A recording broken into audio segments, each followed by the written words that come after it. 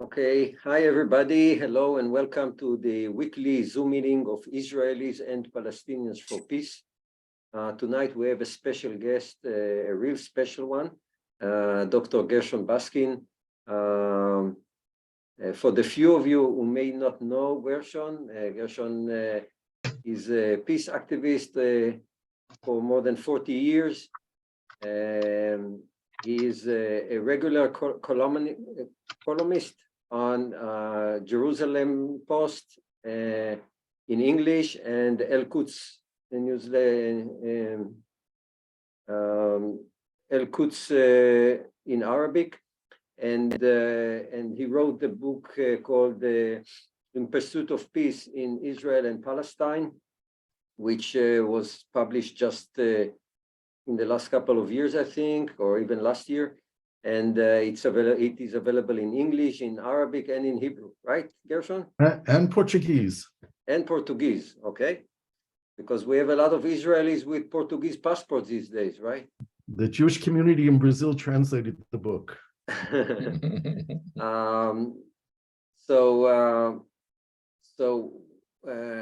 Many more things to say about Gershon, and we will get to all of it throughout the discussion. As usual, we are having a Q&A session, which means every participant here can ask questions. So it's not just a lecture that you can view on Zoom later on YouTube later on, but also an opportunity for everybody here to ask questions on whatever is interesting for you. And I would like to start with the first few questions that I already shared with Gershon, and after that, people who raise their virtual hand will be able to ask questions. So first question, Gershon, is if you can please share with us your background, so we will understand where you are coming from, maybe in about 5 minutes, if possible. A short version. Oh, okay. Yeah. So good evening, everyone. Masal Khair, Erev Tov. I immigrated to Israel almost 45 years ago at the age of 22, having been a graduate of the Zionist Youth Movement Young Judea. أنا لا والله. بعدين في عندي تمر مشيت حالف تمر. راس سمعين. Okay, I muted. Okay.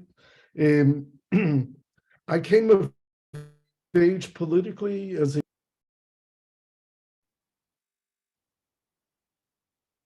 Now you're muted, Gershon. Gershon, you're muted now for some reason. Okay, I guess you muted everyone, so I just unmuted. Sorry. I came of age politically as a youngster in the early 1960s in the civil rights movement in America and the anti-Vietnam War movement. Around the age of 14, 15, I got involved in a Zionist youth movement and rose to a position of leadership very soon. By the time I was a senior in high school and graduated high school, spent a year in Israel on our youth movement one-year program.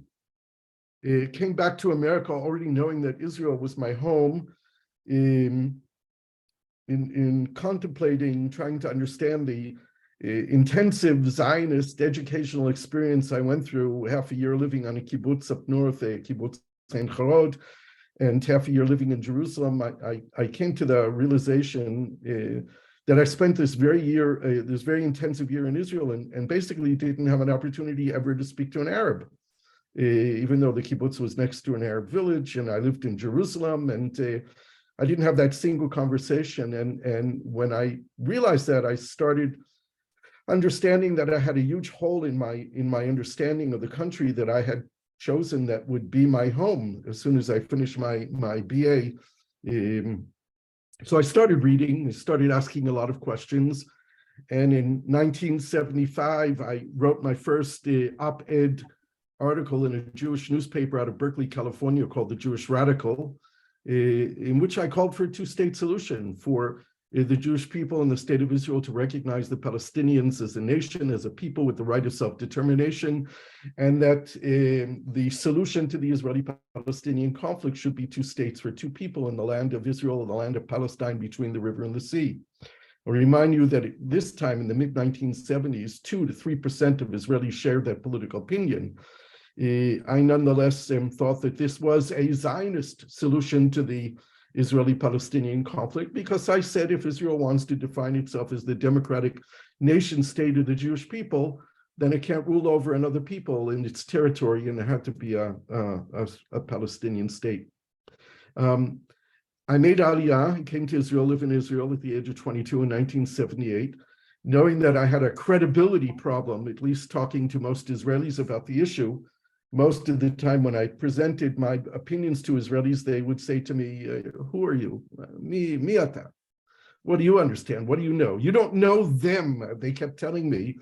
So I looked for a way to gain credibility. I thought about doing a master's degree at the American University of Beirut. I actually applied and got accepted, but the conditions of the civil war in Lebanon didn't really enable that. And then I heard about a Reform rabbi named Bruce Cohen, the late Bruce Cohen, who was creating a program called Insurgents for Peace and was looking for Jewish students to come and live in Arab villages in Israel for a period of 2 years to do volunteer work and develop programs of interaction between local Jewish and Arab communities inside of Israel. They had I was studying at NYU in New York City. At the time, they had an office very close to NYU. I went to the office, I signed up, and in September of 1988, I came as the first intern for peace to Israel. I spent 6 months on Kibbutz Barkai in a training program, and then went to live in Kfar Kara for a period of 2 years, which was quite an amazing experience. I've written about it, I won't go into it. But one of the things I discovered when I was living in Kfar Kara in this volunteer program working on building relations between Jewish and Arab citizens of Israel, we didn't call them Palestinian citizens of Israel at the time. In fact, most people called them Israeli Arabs. I realized that this is the kind of work that needs to be undertaken by the Israeli government and not by a volunteer organization from America. So I wrote to Prime Minister Begin at the time a letter suggesting that this is an issue of responsibility that the state needed to take over. I did some research to see how many people in Israel were working at the governmental level on issues of coexistence and kiruv levavot, bringing Jews and Arabs together, and discovered that there were none. And I wrote a proposal to the Israeli government. I was called to Jerusalem to meet with the Prime Minister's advisor on Arab affairs, and 14 months later, I became the first civil servant in Israel working on Jewish-Arab relations in the Ministry of Education, created a high-level position, was given an open and free hand in the ministry. That in itself is a long story. I created the Institute for Education for Jewish-Arab Coexistence, which worked in the Ministry of Education and all government ministries, and I directed that institute until the outbreak of the First Intifada in March of 1988. Searching for Palestinian voices in the occupied territories who shared my ideas, I went in the first Shabbat of March 1988 to Dheisheh refugee camp, the largest refugee camp in the West Bank. Spent 6 hours in Dheisheh that one Saturday morning after reading the flyers that were coming out of the United Command of the First Intifada, and determined that the time had arrived when Israelis and Palestinians could work together on creating a two-state solution. I resigned as director of the Institute for Education for Jewish-Arab Coexistence. I went to East Jerusalem and published advertisements in 3 Palestinian daily newspapers, Al-Fajr, Al-Shab, and Al-Quds. The advertisement said, if you believe in a two-state solution, Palestinians and Israelis can work together for peace, give me a call. I spent the next week sitting in the courtyard of the American Colony Hotel, and I met with 23 Palestinians. Everyone agreed with my thesis that the First Intifada had changed the nature of the Israeli-Palestinian conflict from existential of us or them into a conflict of issues. I wrote a short paper in which I proposed that there were 7 core issues of the Israeli-Palestinian conflict that needed to be resolved: the question of Palestinian statehood and the nature of its sovereignty, the delineation of borders, the future of Jerusalem, the Palestinian refugee issue, the physical existence of Israel between the 2 Palestinian territories of West Bank and Gaza, the nature of economic relations, where one state is rich and one state is poor, and the issue of water. I said that to resolve the Israeli-Palestinian conflict, you need to resolve all 7 of these issues. It's a package deal. You can't do 6 and leave Jerusalem out, or water out, or economics, or refugees. It's a package deal. Every Palestinian I met with agreed with me. Intuitively, I knew that the beginning of conflict resolution begins on agreeing on how you describe the problem. I proposed to people the creation of a joint Israeli-Palestinian public policy think tank and do tank, where Israelis and Palestinians would work together side by side in the same organization, the same office, of creating working groups of professionals, Israelis and Palestinians. And over the next 24 years in IPCRI, the Israel-Palestine Center for Research and Information, I and Palestinian colleagues and lots of other Israelis ran more than 2,000 working groups of Israeli and Palestinian professionals on every issue in conflict between Israelis and Palestinians. Very high-level groups of people. We developed a mechanism of working that we call track 1.5, that involved the typical track 2 kind of work of academics and professionals. Together in all of our meetings, we always had governmental people from both sides. We were working before there was a peace process, before Madrid, before Oslo. In 1992, for example, we convened an expert group of security people who came from the PLO in Tunis and other PLO people from outside, together with senior Israeli commanders, and sat around a table in London where we designed the nature of security cooperation that would emerge between Israel and the PLO. During this period of the 24 years that I co-directed IPCRI, I was an advisor to the peace team of Yitzhak Rabin when he was prime minister. I was on the special committee of experts on the issue of Jerusalem prior to the Taba talks in January of 2000. I started an off-the-record dialogue with some Hamas people in Gaza that led to my direct involvement in running a secret back channel between Israel and Hamas that eventually led to the release of Gilad Shalit and 1,027 Palestinian prisoners. In summing up this section, I will just say, and this is a kind of lead to the next section of our talk, one, in today, 2023, I no longer define myself as a Zionist. I think the Zionist movement and what's done in the Zionist name of Zionism and the Zionist movement is horrific. And it's something I can no longer identify with and no longer want to identify with. I sadly say also that I don't believe that there is a viable 2-state solution, although in my heart of hearts, I still believe it is the best possible solution to the Israeli-Palestinian conflict. I simply don't believe it exists anymore, that it's viable, and that we will see its development in the future, which has led me to all kinds of other thoughts, and we can get more deeply into that. I'm today working together with a British investment banker. We created something called the Holy Land Bond. We set out on a program of investment, not philanthropy, in 3 areas. One is housing for Palestinians in East Jerusalem. We're in the midst of a market research study to determine whether or not we can create opportunities for joint integrated Jewish-Arab housing in Israel's shared cities or mixed cities. And we're also looking to support joint ventures between Israelis and Palestinians and Jews and Arabs in all different fields. We're developing our business models, and we will, in a very short period of time, have over $300 million worth of money to invest. And that's what I'm doing through this British investment banker who has an NGO called International Communities Organization, which is an organization that works in cities in conflict. I'm also wearing the ICO hat. And in that framework, at this moment, as we're talking, I'm running 3 secret back channels between different Israelis and Palestinians that I cannot discuss, but I have become a deep believer in secret channels and on both sides enable me to do that, and I hope I will continue to do that. And eventually they will not be secret and they will have produced results, but they're very difficult times, as we all know. Wonderful. Wow. Amazing. Thank you, Gershon. So the next question I have for you, I was about to ask you about your current activity. You kind of described it in short. Maybe you can talk about 1 or 2 programs that you have with your fund, the Holy Land Fund that you are running. Sure. Right now, what we determined that, or I determined that one of the areas that is a result of the conflict and needs to be resolved because it impacts the lives of thousands and thousands of people is the lack of suitable, affordable housing for Palestinians in East Jerusalem. Our current mayor, who has another year in office, Moshe Leon, who is not someone I voted for, but has surprisingly been the mayor who has invested more money in East Jerusalem than anyone prior to him.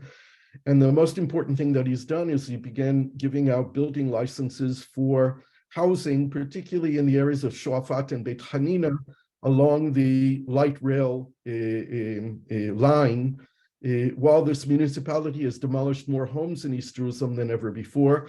They have also now issued business licenses in greater quantities than ever before. And we're talking about people, developers in East Jerusalem being given 700% building rights along the light rail, which is quite remarkable. We're talking about their ability to build housing towers of 20, 25 stories in the first line and 15 stories in the second line and 10 stories in the third line. In fact, talking about a kind of mini revolution in East Jerusalem. The problem is that developers in East Jerusalem have no access to finance because they can't and they won't take finance from Israeli banks. They won't take the risk of defaulting and having properties turned over to Israeli secular organizations. They don't have much access to the Palestinian banks, and the conditions for taking loans from Palestinian banks are quite high. So we are one of the only funding sources available for any kind of major development projects in East Jerusalem. We still don't have our business model down in a way that's good enough for our investors and good enough for the developers. I hope that will be coming in the next month or two. We're working very hard I'm pushing to create this business model that would work. But in the meantime, I've been building a pipeline of projects with developers in East Jerusalem, and I've met most of the major developers. And when our finance comes in, which, as I said, should be probably within a month or two from now, when we have the business model, we will hopefully be able to provide finance for the construction of well over 1,000 housing units for Palestinians in East Jerusalem. We're hoping to, at least I'm pushing, that we will give extra incentives for projects that are for long-term rentals, because for young Palestinian families, there's basically no place where they can afford to rent. One of the projects that I hope we're going to be supporting is actually a building association of 40 teachers from Palestine, from East Jerusalem, who got together and bought land and hired engineers and architects to design and got building licenses for 40 homes where they're providing mutual guarantees for each other. And I hope that we can provide them with a financial model that will enable them to build their project, which is a social building project that I really support. So this is the kind of thing that I'm looking to do. Again, we haven't finalized the business model, but I'm pretty sure that we will be able to do this, and we'll be able to literally open up doors for young Palestinian families in East Jerusalem who otherwise would be forced to leave the city. Thank you. So a couple, well, I would put the next three questions right up front now, so people will know that I've asked it, and then if people have more questions, they will raise their hand for additional question. I see Nabil is already there, but the next question is this: what is your vision of Israeli-Palestinian peace? Obviously, we are all very concerned.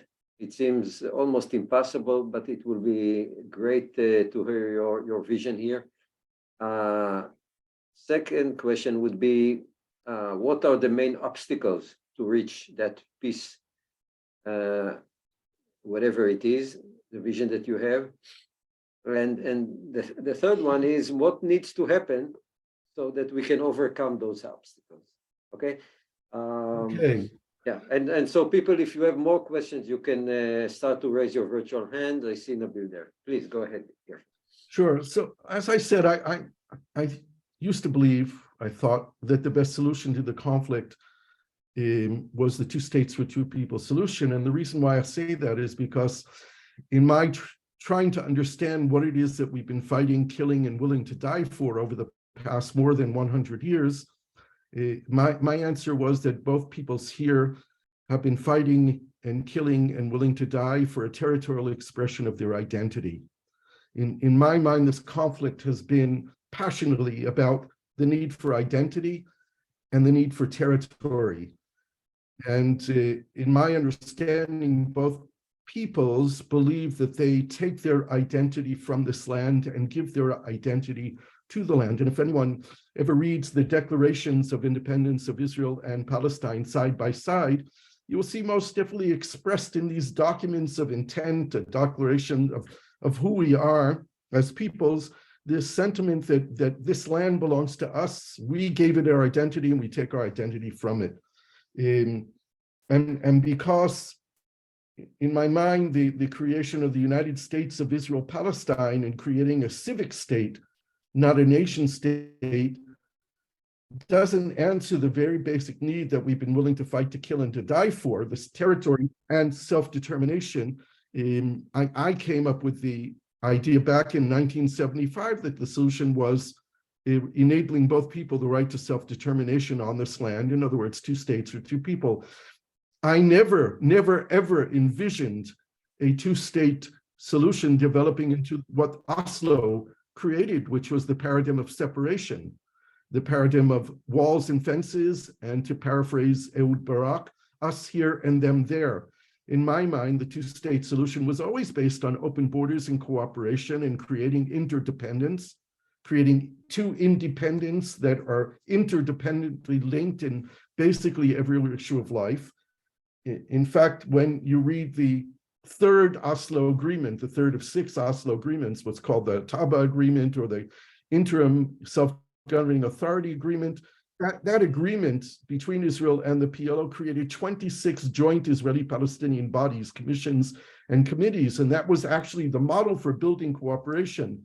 But the collapse of Oslo, and the failure of the paradigm and the failure of the peace process created the myth of no partner, and with it the separation paradigm, the walls and the fences. Actually, that was created with the beginning of Oslo, when Oslo itself created the security bureaucracy of permits. If you remember, before Oslo, people would get in their car in the West Bank or in Gaza and drive to Tel Aviv or Jerusalem or anywhere. I lived in Der Hebron in Jerusalem. I used to take a Palestinian taxi to Bethlehem all the time, going back and forth with no walls and no fences, and that was before Oslo.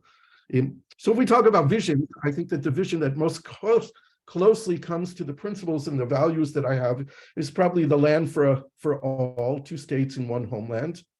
I think that expresses the idea of self-determination for both people and a nation state with open borders. And there are lots of problems with the model and lots of issues that need to be dealt with.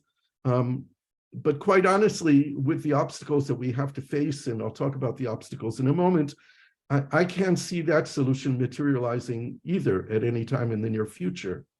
The main obstacles that we have to face are the non-viability of creating a Palestinian state in the territories occupied by Israel in 1967.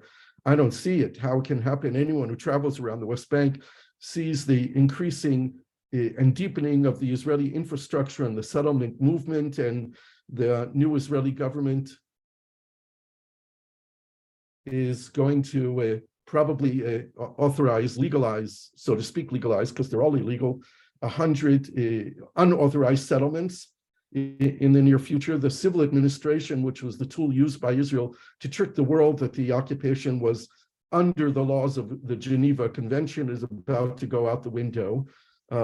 We have a dysfunctional Palestinian political authority divided between West Bank and Gaza, which has become dysfunctional and corrupt, with the 87-year-old Palestinian leader in the 17th year of a 4-year term. The only thing that almost every Palestinian I know agrees on is that they want to have new elections, and they want to send Mahmoud Abbas habaita, to go home. that will happen probably sooner than we see real change in Israel, simply because it's unlikely that Mahmoud Abbas will be around and able to govern much longer. And unfortunately, the two strongest people in the Palestinian Authority who are supported by him and who he supports are also the two most hated people in the Palestinian Authority. Strangely enough, Palestinians in Gaza, Hamas, and the political movements all agree that elections need to happen, and the outcome of elections will be respected by all.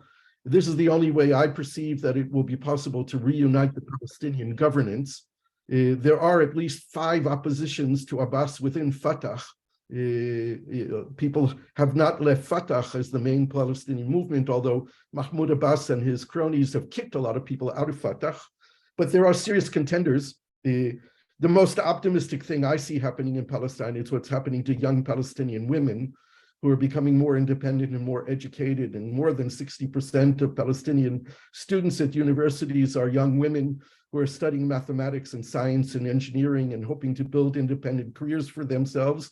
And as they become independent economically, financially from their families, they will eventually merge into Palestinian politics as well. And we will see more young Palestinian women in Palestinian politics. And that's probably the most optimistic thing I can say about Palestinian politics today. We're a mess. Israel is in a disastrous situation. This government is going to bring us into direct conflict with the Palestinians. The most significant problem that we're going to face is Al-Aqsa, the Temple Mount. This is the nuclear raw nerve of the Israeli-Palestinian conflict, and our crazies in our government are going to pluck that nerve. And if there's one thing that ends up with violence every time, it's when we mess with Al-Aqsa, and we're going to see that. It's going to happen. I'm afraid of a third intifada. I think it's very realistic to expect a much higher level of violence that we're going to see, organized and non-organized, and there will be more violent Israeli responses to it. And of course, the Palestinians will pay a higher price in blood, death, and destruction than we Israelis will, but we will. National community. I'm sick and tired of nations talking about 2 states and only recognizing one of them. And I tell this to government ministers and leaders and diplomats whenever I see them, that no one can talk to me about 2 states if they only recognize Israel. I don't want to hear it anymore. Either they need to stop talking about 2 states, or they need to recognize Palestine. Not that that will make a 2-state solution viable, but it might be the only thing that will save it. My best advice to the Palestinians and the friends of Palestine would be to immediately adopt the 1 person, 1 vote. We don't have to talk about 1 state, 2 states, 3 states, 10 states. 1 person, 1 vote in a territory controlled by 1 power is the solution that no one in the world can say no to. And people can talk about the end of the Jewish state and call it diplomatic terrorism or whatever they want. But if we and the Palestinian friends that we have talk about 1 person, 1 vote, and the right to live in equality and dignity, this is something that in my mind has no suitable answer to by anyone, even if people say this will lead to the destruction of the Jewish state of Israel. The reality is that what we call the Jewish nation, the democratic nation state of the Jewish people between the river and the sea, and Netanyahu said there's only 1 people with the right of any kind of national identity between the river and the sea. If we call ourselves the democratic nation state of the Jewish people, and we control the territory between the river and the sea, then we are lying to ourselves on those 2 fronts. Between the river and the sea, there is a Palestinian majority today, and the majority of those people don't live under democracy. So we are not the democratic nation state of the Jewish people. That is a lie that we continue to tell ourselves. And therefore, my political strategy, not necessarily my vision, because I think it's a utopian vision, is that we need to all support today 1 person, 1 vote, equality and dignity. Thank you. Thank you so much. Nabil, do you want to join? Do you have a question? First of all, Gershon, you just made my life a lot easier, because I had a long list of things to do, and they're all reduced right now, because everything I wanted to ask you, thank you very much, because I support almost everything you said. When we started talking, I'm like, no, I don't want to hear this stuff. But it started dismantling these things and got down to the point that I'm serious. I mean, it's like I had 10 line items. I think I'm down to 2 now. Okay, I'd love to hear you too. The one thing I want to say, I was talking to Orna last week after the call. I just want to mention, you said something that is extremely important, and I'm going to get to my question. The value of the land. Americans, Westerners do not understand the value of dirt, the one that you stand on. That we as, I'm Lebanese, by the way, we as from that region, whatever the heck you want to call us, the value of land to us, the value of dirt is more worth than gold or money or anything else. We identify with that land like it is our soul, our life, our mother, our father, everything to us is in that land, right? So for us, when people say, when I hear the word, oh, what the hell is wrong with Palestine? Let them go somewhere else. Let them go to Europe. Let them stay in Lebanon. They don't understand what that grain of sand means to a Palestinian, which worth more than their children, more than their life. Anyway, I'm sorry, just elaborate a lot longer on this. So this is one thing that people don't understand. So thank you for saying this. The one-state solution, I'm with you 100%. Two-state never started. There was never a two-state solution to start with. It's all been a fallacy. It's been a fig leaf for 70 years, and we've seen it. Now, here's what I want to tell you, because I can talk forever.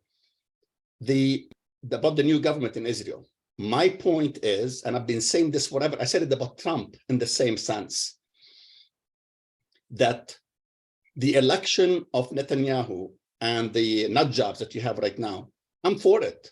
I was hoping he wins. Now, you might think, why? Obviously, I don't want someone, butcher to be in the government, right? But the reason we wanted it is just like when we said with Trump. Trump really showed us who we really are.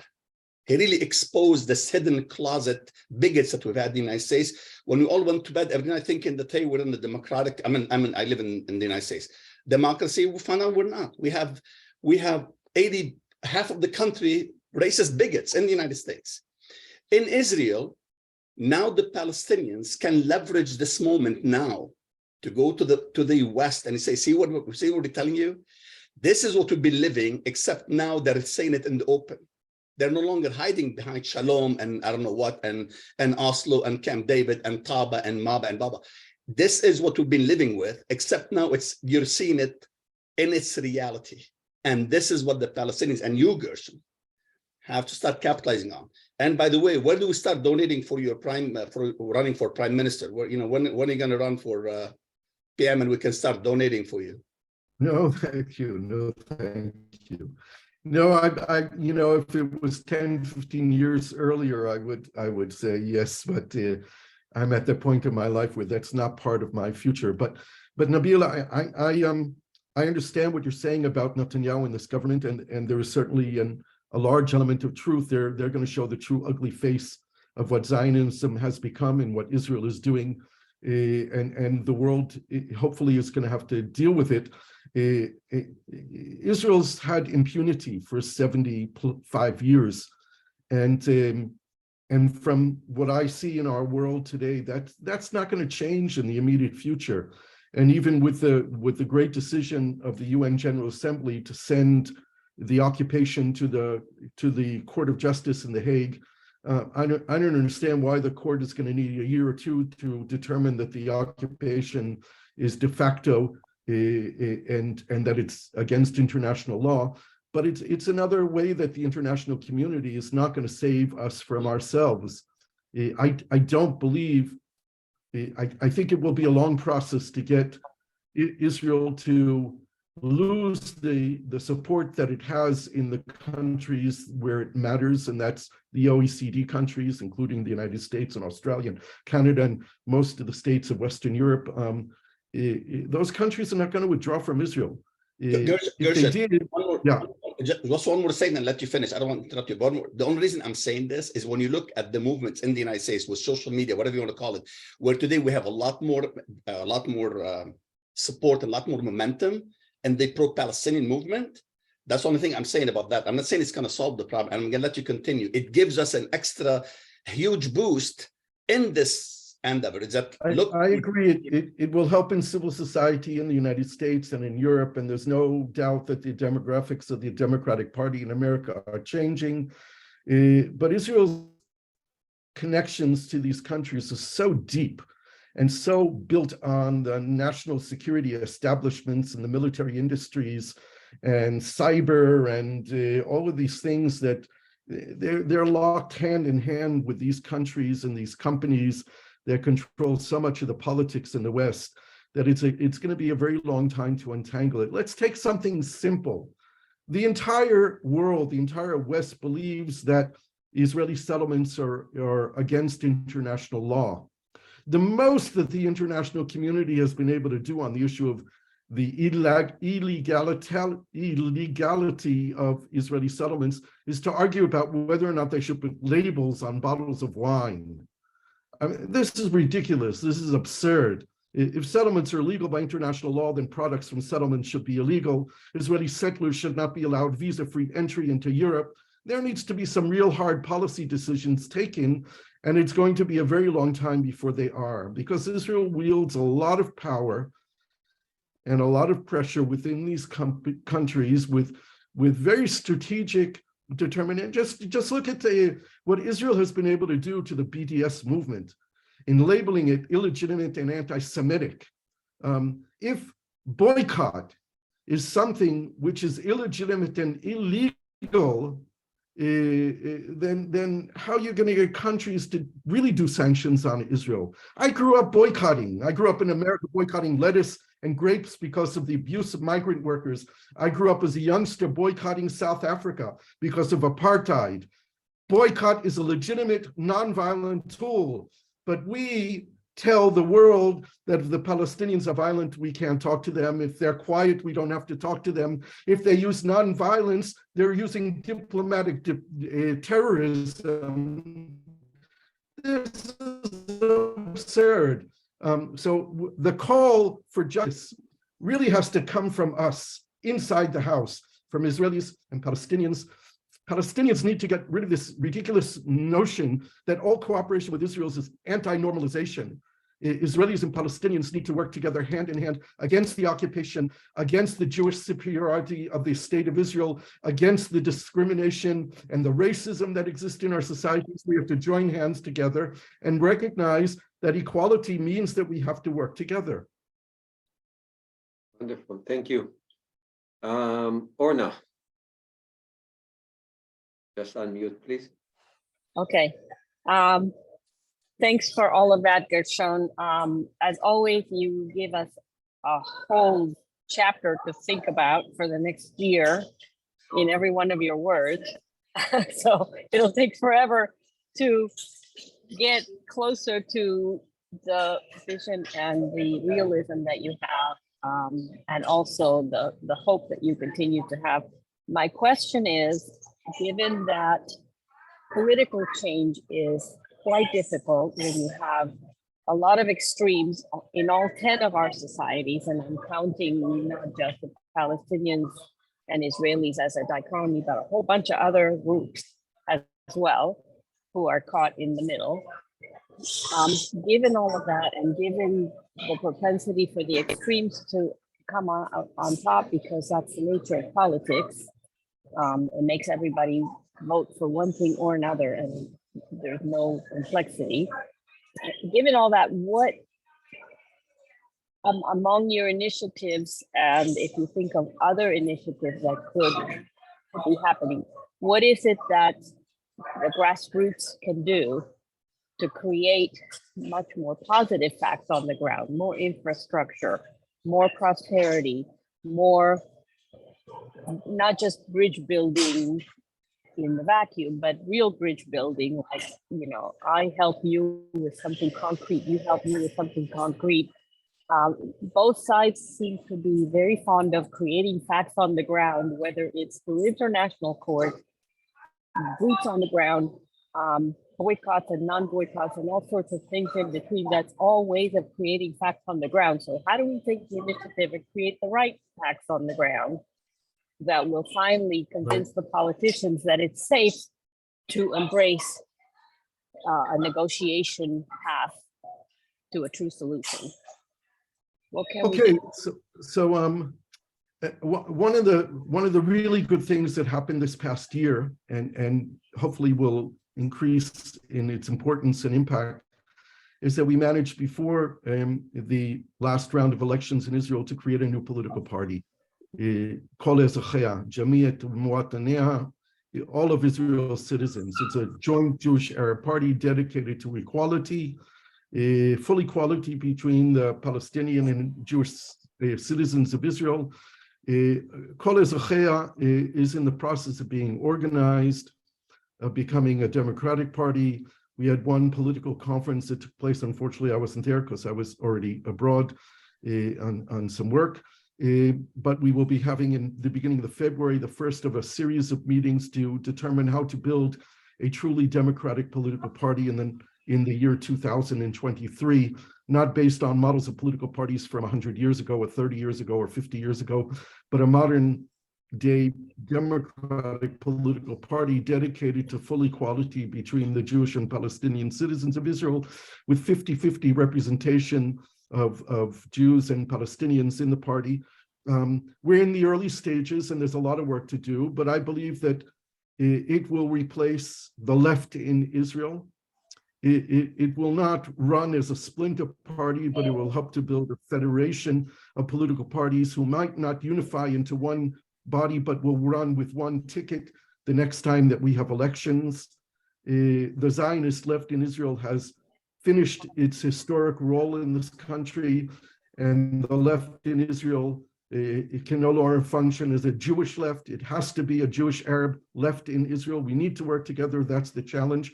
We may not take over and become government overnight, but the metaphor that Avram Burg, our temporary Jewish chairman of the party, often speaks about is if you take a big tank of water, like from the kind of tanks of water that we used to have to drink from, and you put a few drops of red coloring in it, you change the color of the whole bottle of water.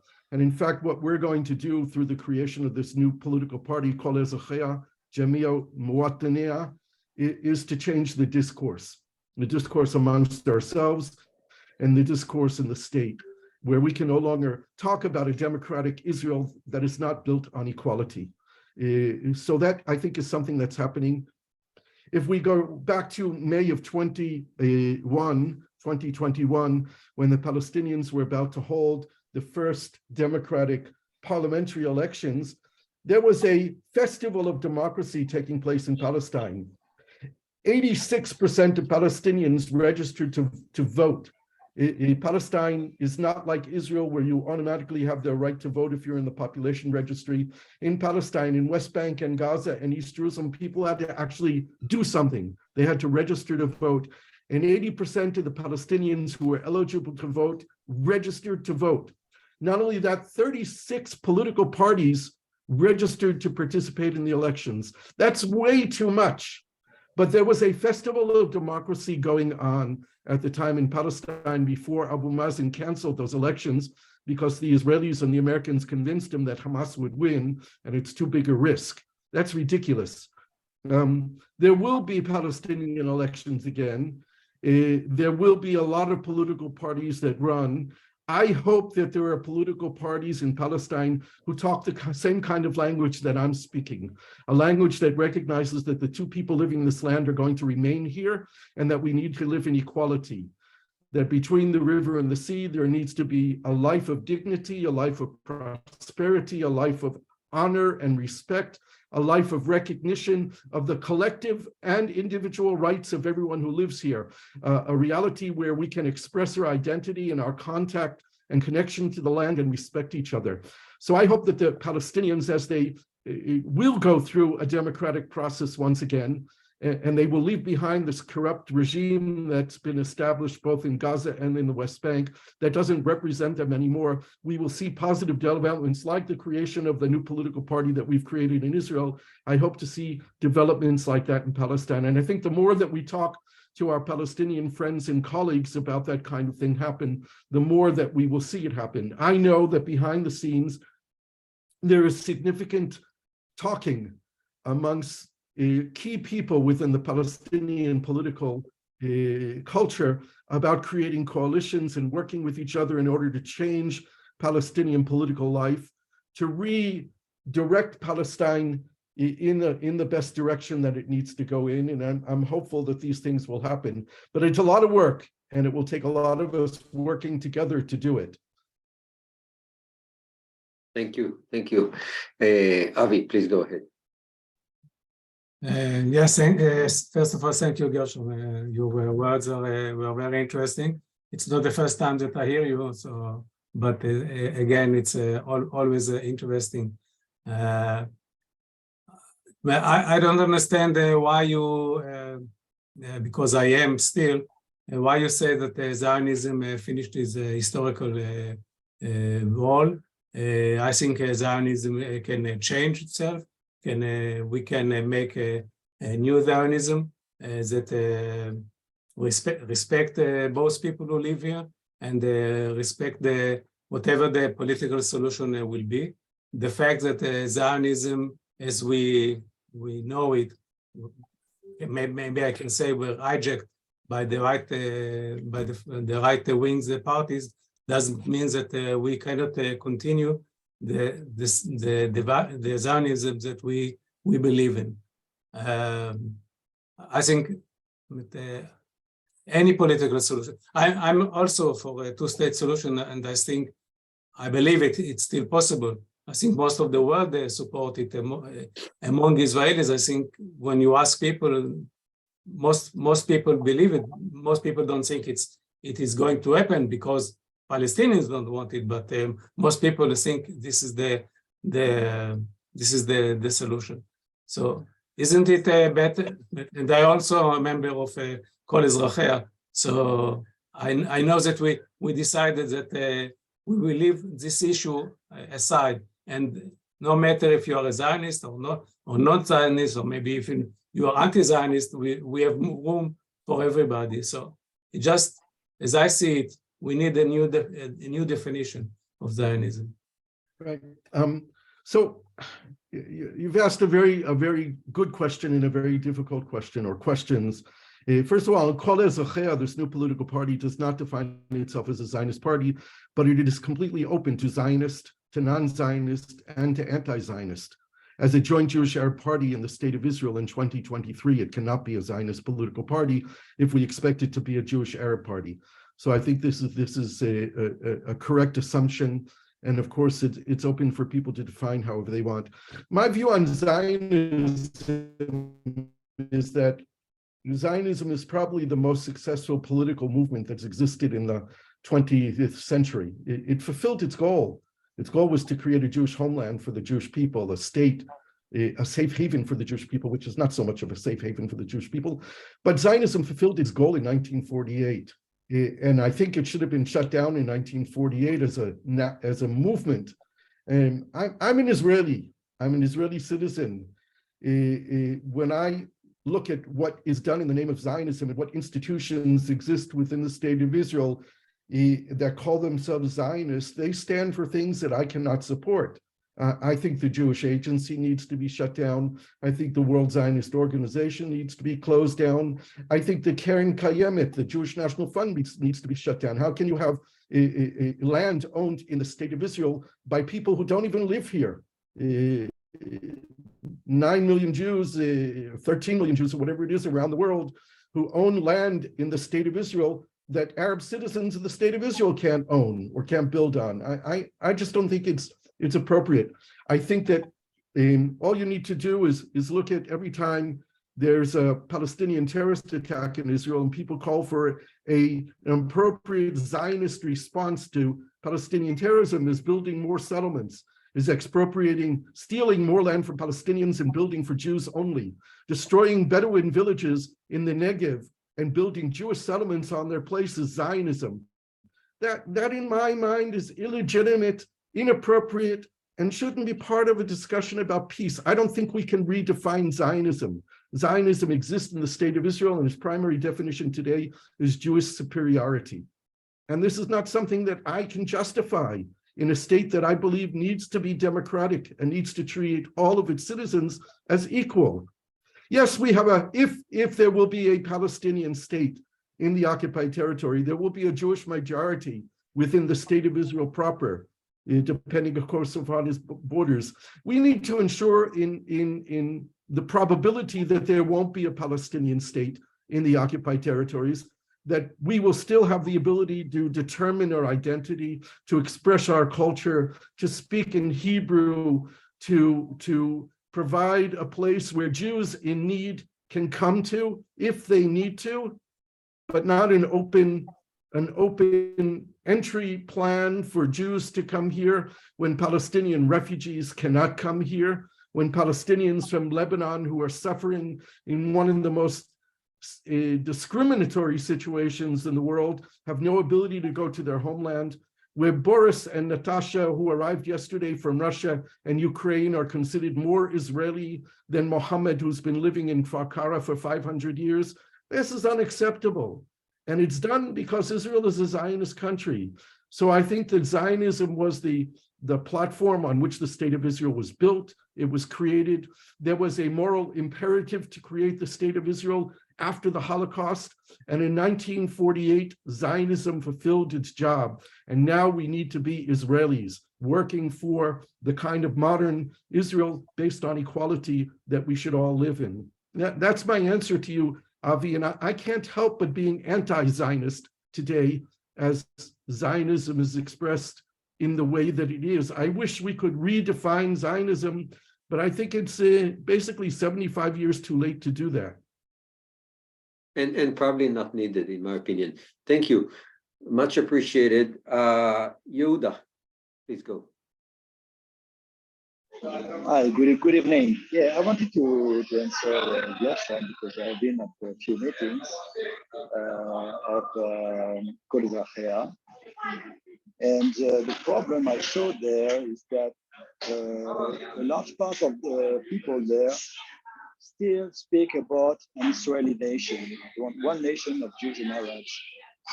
And that means we have automatically I'm sorry, Yehuda, I'm sorry to cut you off, but you are in a very noisy area. Yeah. We can hardly hear you, and it's can you I'll try. put that and come back to us later? Well, I'll try to find another place. Maybe quieter. You hear me better now? Not Okay. really. Okay. Not really? I'm sorry. Okay.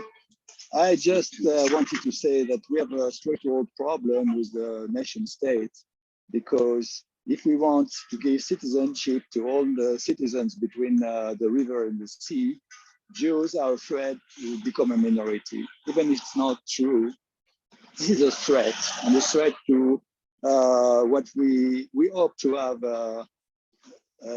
that's the meaning of the Zionism, to have a Jewish self-determination.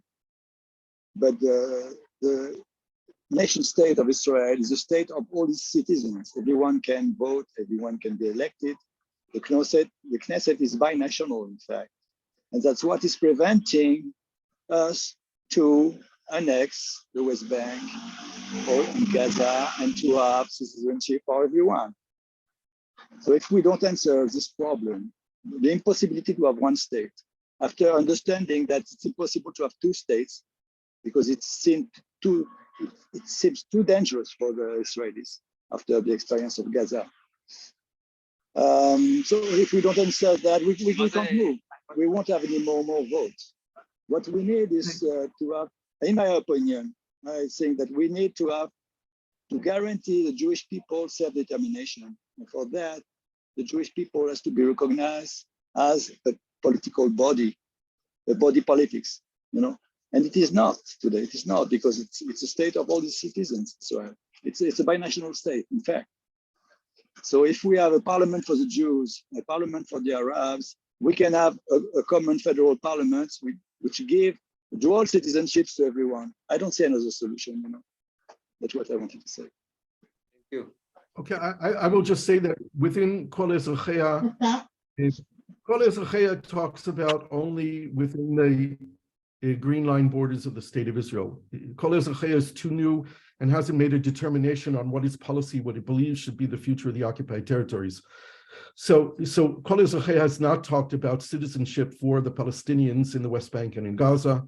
It has talked about equality of citizenship between the Jewish and Palestinian citizens of Israel for the time being. This is a determination that will be made within Kol Ezrachei in the future. And I don't know if we will adopt a solution. I think that there are many possible solutions. I don't believe that one solution only. I say, for me right now, the issue of 1 state, 2 states, 3 states, or 10 states is less important to me than the kind of relations that we have between the people living in the land between the river and the sea.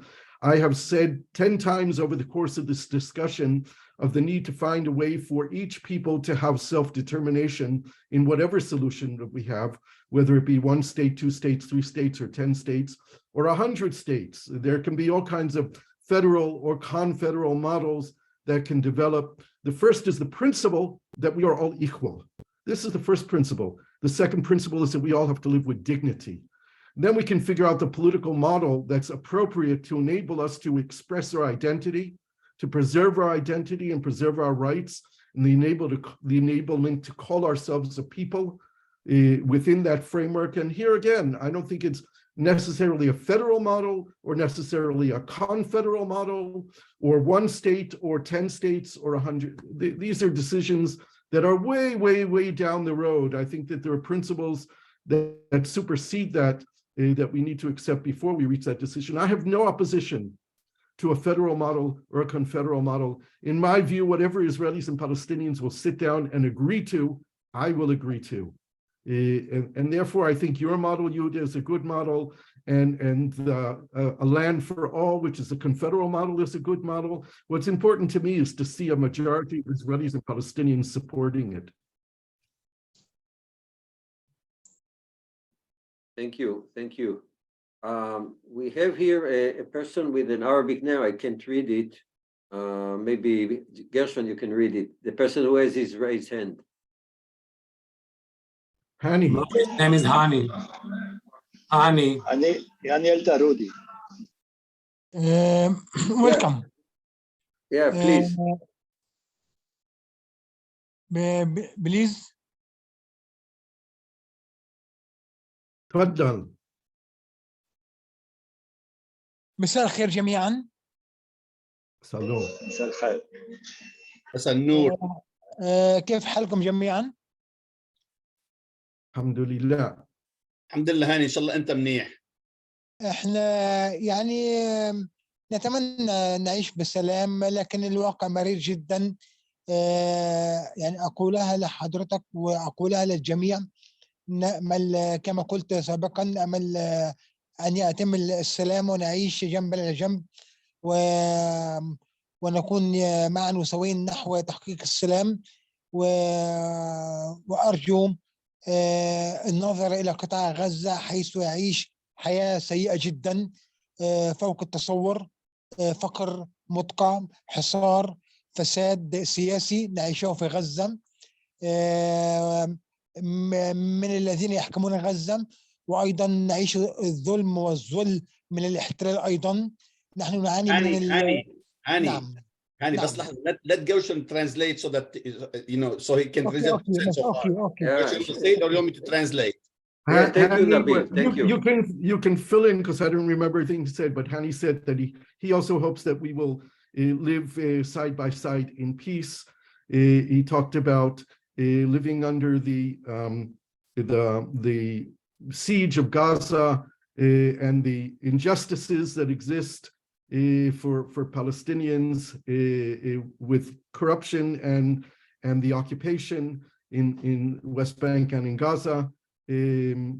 Remind me what else he said, Nabil? No, what he basically was saying is that what you said, basically saying that they're sick and tired, they're deprived of everything, they're living like hell, and he's blaming internally and externally. So he's not just blaming external forces. So he's blaming internal, the governance in Gaza, but he's also blaming the occupation, and their life is hell. They want to coexist, want to live in peace. They want, they're extending their hand to everyone that can listen to them. but I don't think he said it, but basically what he's saying is no one is listening. You know, they're willing to do anything, but no one is listening. Thank you. Shukran. بليز كمان هني، كل عام شكراً. وانتم بخير. بليز كل عام وانتم بخير. And happy holiday to everyone. Happy New Year. He said peace and happy holiday to everyone. Salam alaikum. Thank you. Shukran كثير. Honey. العفو. While more people think about their question and raise their virtual hand, I would like to ask you, Gershon. You spoke about the confederation solution of Eretz Lekulam. To me, again, you know, theoretically, it's a very, very nice solution. The challenge that I'm seeing is that there's no political will, not on the Israeli side. I don't know that there is even one party that supports this idea. And also not on the Palestinian side. And the question is, in your opinion, how can we change that? How can we create, you know, political forces on both sides that will actually be able to reach that agreement? Because at least the two-state solution with all its problem, you know, Yair Lapid said that he's for it. I think that even Kahol Lavan, even what it's called now, משהו ממלכתי. מחנה הממלכתי. Okay, yeah, the מחנה הממלכתי. I don't know how to say it in English even. Daniel's list, I think, is the most accurate. I think they will support a two-state solution of some sort, and everything to the left of it will support a two-state solution. So at least we know that there is some group that is already there, and now we have to bring more people to support it on the Israeli side in order to create a majority for it in the potentially next or one of the next governments. That's on the Israeli side. On the Palestinian side, Mahmoud Abbas, with all his deficiencies, is still the president of Palestine. And if he would agree, and he does agree, to a two-state solution, then we could have it very soon, theoretically. Theoretically, we could have it very soon. Now, how we implement it, how we get support from the majority of people on both sides, yeah, it will take time, but I can see a path to it. Can you show me the path to the confederation that you Look, Maury, the Confederation of Land for All is a two-state solution. It's a two-state solution with open borders and a kind of confederal arrangement between the two states. It's the only viable two-state solution that exists. And again, I question the viability entirely of a two-state solution today. Look, let's be honest with ourselves. There haven't been Israeli-Palestinian negotiations since 2009. The Kerry talks were a farce. They were a joke. They weren't real. The last real talks that took place were between Olmert and Abbas. That was in 2008. They came closer to an agreement than ever before, but they didn't reach an agreement.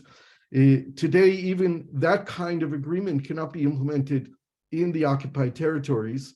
It's simply, no Israeli government is going to, even in the best situation where Israel would annex 5% of the West Bank and include 80% of the settlers under Israeli sovereignty, we still have 100,000 settlers that are going to be remaining inside the heartland of the Palestinian state. And those are the ideological right-wing fanatic settlers, not the good people of Efrat and Ma'aleh Adumim or the Haredim of Modi'in elite and Beitar elite, who are the easiest to deal with. They're the closest to the Green Line border. We're dealing with the hardcore. We're dealing with Smutrich. We're dealing with Ben Gvir, and they symbolize the people who live in the heartland of what would be the Palestinian state in a two-state solution with a 5% annexation and territorial swaps on a one-to-one basis with Israel. On the Palestinian side, forget it. Mahmoud Abbas is totally irrelevant. No one cares what he thinks. No one listens to him. And the overwhelming majority of Palestinians who live the reality of the occupation say, what Palestinian state? You're talking about a Swiss cheese of Palestinian existence where the holes in the Swiss cheese don't even exist anymore. Israel has total control over the West Bank. It goes wherever it wants, whenever it wants. It doesn't ask the Palestinian Authority. The Palestinian Authority has less authority than an average municipality in Israel. Let's be honest with ourselves. So I don't know what kind of solution we're talking about of a two-state solution. Lapid, who talks about a two-state solution, refused to meet with Mahmoud Abbas. He vetoed. I can tell you, I brought a carte blanche from Mahmoud Abbas to invite all members of Yesh Atid to meet with him. This was during the time of Ofer Shelach, who was a big supporter of the two-state solution, and Lapid vetoed it. Gantz refused to talk any politics with Mahmoud Abbas. He talked security with Mahmoud Abbas. He talked permits with Mahmoud Abbas. He talked a little bit of economy. There's no one in Israel who takes the two-state solution seriously, anyone with power. Even the people in the left who exist, the Labor Party, I think the Labor Party really supports a two-state solution? It sounds good. The people of Israel don't support a Palestinian state next to Israel. So I think that it's works against us to keep the myth of this two-state solution alive. It's a falsehood. We're telling ourselves lies. We need to be more honest with ourselves, at least, and recognize. I invite anyone to come with me any day of the week and travel around the West Bank. Not to go visit Rawabi, but to go in the heartland of the West Bank, in the Samaria in the north, in Judea in the south. See the reality of the infrastructure. Look at Road 60, the massive infrastructure, the biggest infrastructure project that's being built in the West Bank today, the road system. Do you think we've had any public debate in Israel about the road infrastructure in the West Bank? It's there to serve the building of more and more Israeli settlements. So that's how I see it. The two-state solution exists on paper. The two states, one homeland solution has been out there for 10 years. One of my problems is I asked the same question, Maury. 10 years the solution has been out there. Why does it have so few supporters? Why do so few Israelis and Palestinians know about it? There's a problem there. I'm hoping that with Mai Pundak, who's now directing it on the Israeli side, and they're getting some more money into the organization, that perhaps they'll get more publicity and they'll have more strategic ways of getting into the Israeli discourse. I think ideologically, from a point of principle, it's the best model around. But again, it's not there, as you said. So few Israelis know it. Thank you. Nabil, you want to go again? Yeah, just really quickly. Again, let me just pull up my notes here very quickly. Again, Gershon, I'm with you 100%, not 99, 100%. About the two-state solution that does not exist. The one state has been a fig leaf for a long time, on and on. I just want to tell you also, I just want to go back to one prior point really quickly here, talking about, being dispossessed and this and that, talking about the value. I work myself with pro bono with Syrian and Afghani refugees in the United States, kind of helping them because, they don't understand the language, the culture, all that stuff, right? And I'm going to tell you, it's the heart, the essence. I'm a person that has not been dispossessed. I came from Lebanon. I came from privilege. I came from money. I mean, I'm just not millionaire, but I came from privilege. And I'm dying inside and look at these people. I just wonder about how people that actually dispossessed, lost people, land, home, family, blah, blah. I just cannot even comprehend how they live with this. So I'm with you 100%. Let's just start throwing the one state out. In the United States, when you go to court to ask for $10 million, you don't go ask for 10, you ask for 100 and you get 10. And the United States, what the Palestinians did, they agreed to the 22. Now they're negotiating with them on the 22. They should have asked for all and maybe gotten the 22. But to start asking for the 22, and then when they say yes to the 10, to the 50% of the 22, they're then going to ask them again. Now we're going to negotiate on the 50. It's a fig leaf. The one-state solution has been a fig leaf. Left never existed in Israel. I don't believe there is a left in Israel. I don't. I'm sorry, but not from day one. And I want you guys, I don't know if I told you this last time, but you guys want to read a good book, Fida Jirius, Stranger in My Own Land. She just released it. She's a Palestinian. She lives in Ramallah, Gershon. You should look her up. She was with Ilan Pape last week or 2 weeks before promoting the book. She lives there right now. She was dispossessed. Her parents kicked out of Israel, then came back under the Oslo Agreement, and now she lives there. And she talks about this is a wonderful book. Look it up, listen to the podcast, and buy it. Now you can know how Palestinians feel. Sorry, thank you. If I could perhaps talk about one possible opportunity that's ahead of us. I know I haven't talked about opportunities, but there is one that's coming. I think the Palestinians made a big mistake by rejecting the Abraham Accords. I think they could have leveraged those accords. I know that the Emiratis take credit for removing annexation from the table. I think annexation is going to come back and the Emiratis are going to have a problem with that. But the next real opportunity around the corner is the Saudi Arabia. King Salman will pass in the not too distant future, and the most likely successor to King Salman will be Mohammed bin Salman. And we all know that Mohammed bin Salman has met Netanyahu face to face several times. The Saudis have security and intelligence relations with the state of Israel for well over a decade. The Emiratis had it for 30 years before they signed peace. From well over 10 years, 15 years, the Saudis and the Israelis have relations under the table, but Saudi Arabia is not the Emirates, and it's a much more conservative society. It's a much more religious society. They are the protectors of the holy places, and they cannot give up Al-Aqsa. They cannot throw the Palestinians under the bus the way that the Emiratis did. And the next opportunity is whether or not there is a way to leverage Saudi Arabia to use its influence, because Mohammed bin Salman will want to move forward with Israel, will want to normalize relations with Israel, even sign peace with Israel, but he can't do it without seeing progress on the Palestinian issue. Well, I can't define progress right here.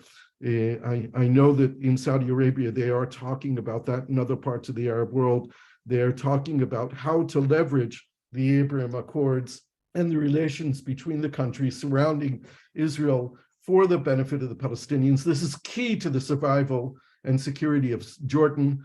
I think it's also important to Abdel Fattah al-Sisi in Egypt.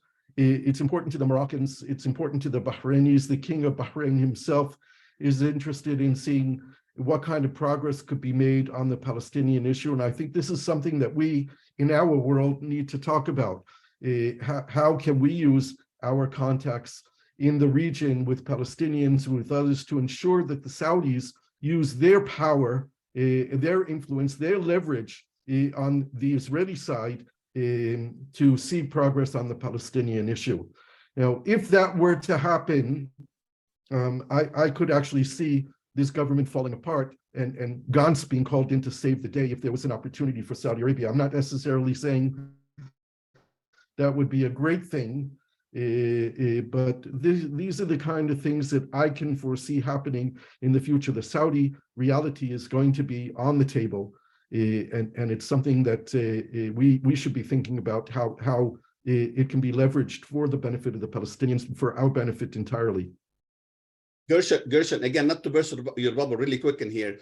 You watch FIFA, I'm assuming, right? Yeah. You saw the sentiment. You saw the sentiment on the ground. Not a single person, not Emirati, not Saudi, not Qatari, not Yemeni, not Bahraini, not Omani, not Lebanese, not a single one spoke with the Israelis. The only reason I'm telling you this, when you, Gershon, and with all due respect, when you talk about bin Salman and Sisi and this, these are all dictators. They don't speak for the people. So if you sign a peace treaty with Sisi and with all these bullies, you're not signing a peace treaty with the people. You don't make, Israel is not going to survive in a state, I mean, not physically, but in terms of like being part of the ecosystem, for lack of better terms, right? By signing with 10 people. They have to sign with the 400 million, not with the 10. So all these pseudo leaders, whatever the hell you want to call them, they're useless. I'm sorry, but no, I agree we're talking about dictators, but nonetheless, I think because the importance that Saudi Arabia has in the region and to Netanyahu and to Israel, more than in a symbolic way, but in a real way, the Saudis do have potential leverage over the Israeli government on the Palestinian issue. the Saudi regime would not survive if they threw the Palestinians under the bus in the same way the Emiratis did. And this, I think, is a reality that we have to understand about Saudi Arabian society.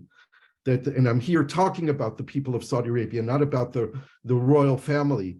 But the royal family is cognizant of the support that Palestine and Al-Quds and Al-Aqsa have on the Saudi street, and therefore that is leverage that should not be overlooked.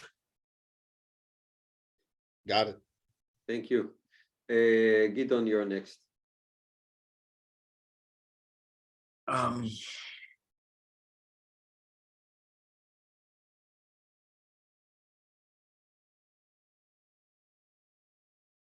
Gideon?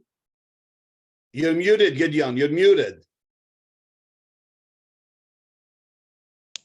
Okay. I'm sorry, I'm suffering from a horrible overdose of opium. I don't see it. I'm sorry, I'd like to. I don't agree with you at all, Gershon. No, the Emirates, they'll be quite happy to make a business deal with Israel, not a peace deal, a business deal. And that's what that's what Bibi is looking for, a business deal, you know, even land for peace. We have one with Morocco. We gave the Moroccans the Sahariya, and they gave us the West Bank. Lands for peace, a Zionist dream. Yes, I'm not cynical. This is the way the world works. There's nothing in there. I don't believe it. I can't believe it. I've known for years. It took me a while. I was very disillusioned. I was also for two states, but somewheres in the 70s, I came to the conclusion the two-state solution is the enemy of the two-state solution. The two-state exists, and we existed like that. It was enabled the rolling annexation. Yeah, we need to call now for one thing. Annexation, acidification, and then we always support the right of self-determination. But let's end the so-called democracy line first. Lie first. No, that's all I got to say for now. I said early in this talk this evening that the line that we need to begin to talk about, because it's undeniably one that should be accepted in principle by the whole democratic world, is one person, one vote. So I stand by that statement. I think that's what we need to support. Thank you. Ed, I believe. Yeah. Hi, Gershon. I'm wondering, you started to answer one of my questions about the influence of the Abrahamic Accords, but as an extension to that, are you dealing with other like-minded groups in Israel, in Palestine, in the United States, in the diaspora? And I'm thinking in particular of Jonathan Kessler's group. Are you working with them at all? I know Jonathan for many years when he had his other hat in building leadership amongst young people within AIPAC and other Jewish establishments. Yeah, I've been in contact with Jonathan. I've given him the names of several of the key Palestinians that he's working with, some young people, young Palestinians who have joined with him. And yeah, Jonathan's a good person and he's doing good work. And sure, yeah, I'm always looking for like-minded people who are progressive in their thinking and thinking out of the box and looking to make change. I have several people in Palestine that I'm very close with and working as they're trying to build new coalitions within Palestinian society. Some of them with some of who I will be the next generation of leaders in Palestine. And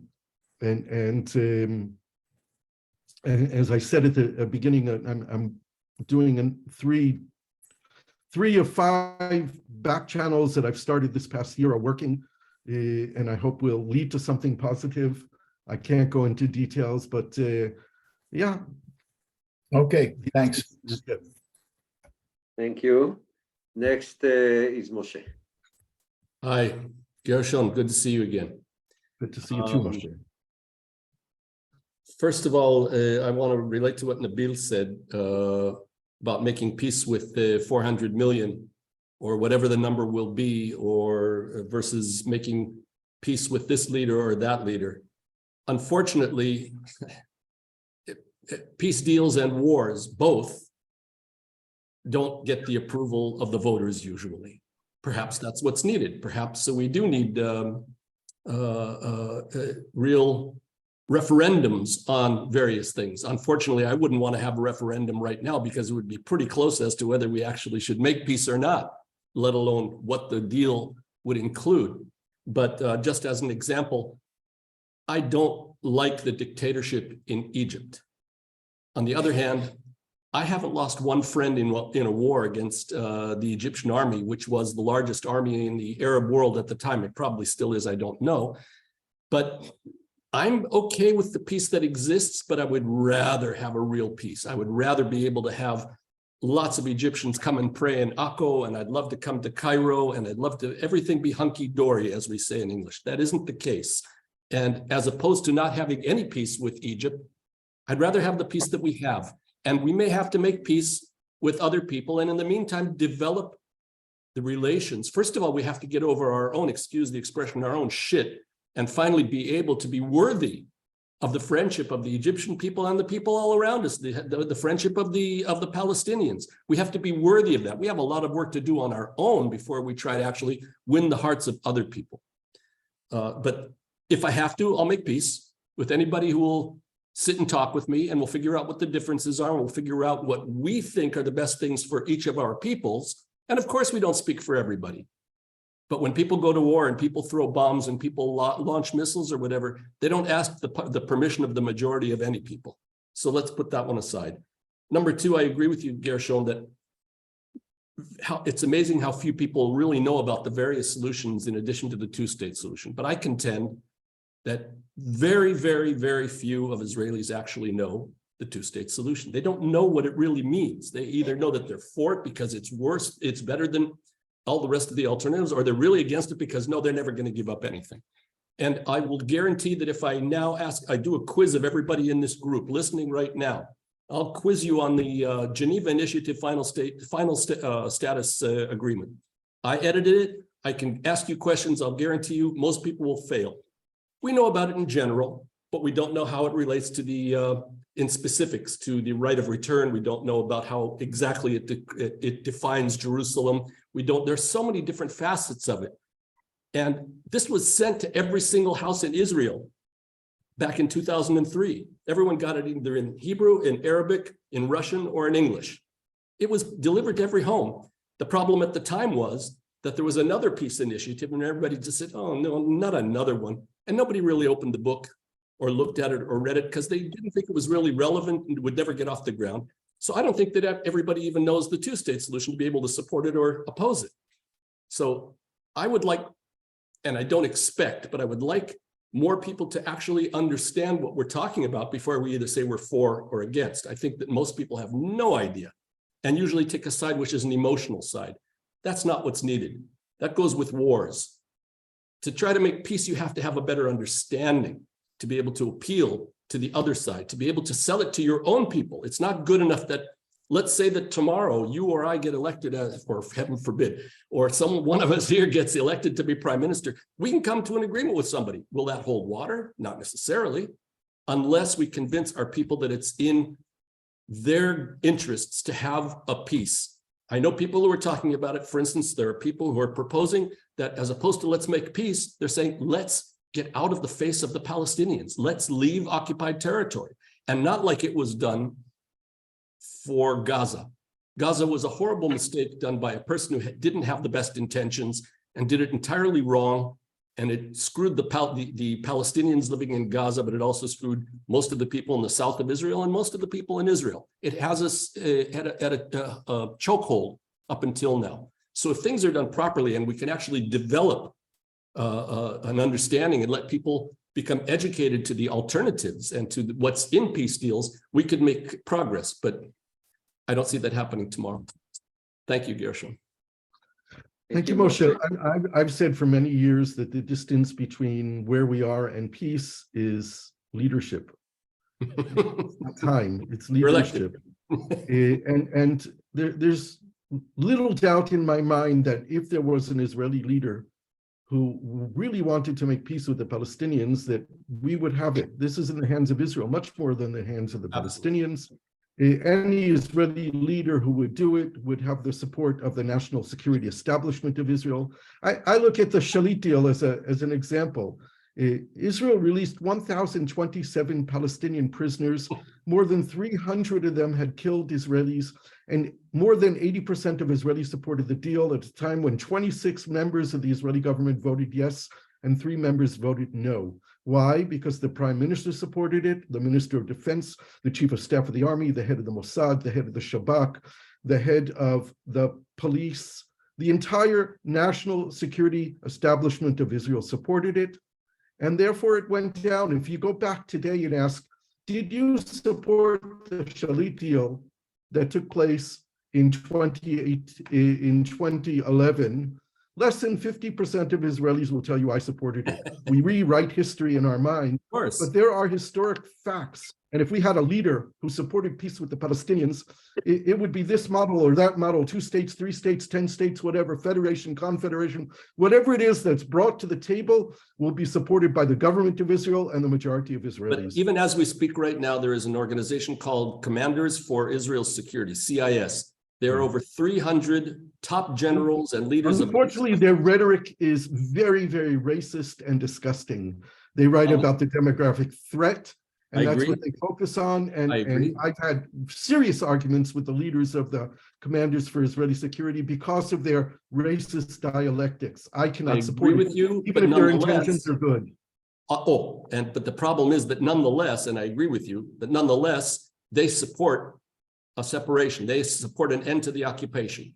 My argument with them is that I don't support separation. I support cooperation. We need to build bridges, not fences and walls. We need to take down fences and walls and build bridges. And the Commanders for Israeli Security talk about building the walls higher and the fences stronger. And that's not what I believe is the recipe for peace. It's a recipe for getting Israel out of the occupation, and that's essential. But as you said, getting rid of the occupation in Gaza created a tragic reality which should have been avoided had it been done through cooperation rather than a unilateralism that Sharon advocated because he intended the Palestinians to fail in Gaza so the pressure would be removed from him in the West Bank. And I know that as a matter of fact because his chief of staff told me those exact words. Did you record him? Everything is recorded. I've written about it many, many times, and I can tell you that I had spoken to Sharon and to Abbas directly about doing the disengagement through cooperation. And we all know Sharon's famous words of describing Abbas as a chick without feathers, and he refused to cooperate with him.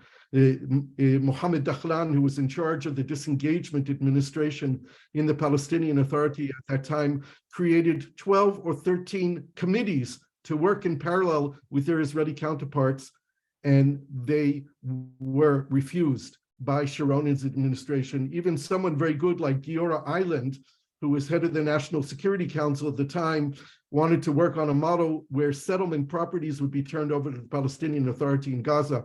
But he was told directly by Sharon that the settlements in Gaza should be demolished and nothing should be left for the Palestinians except rubble. Thank you. Next is Jonathan.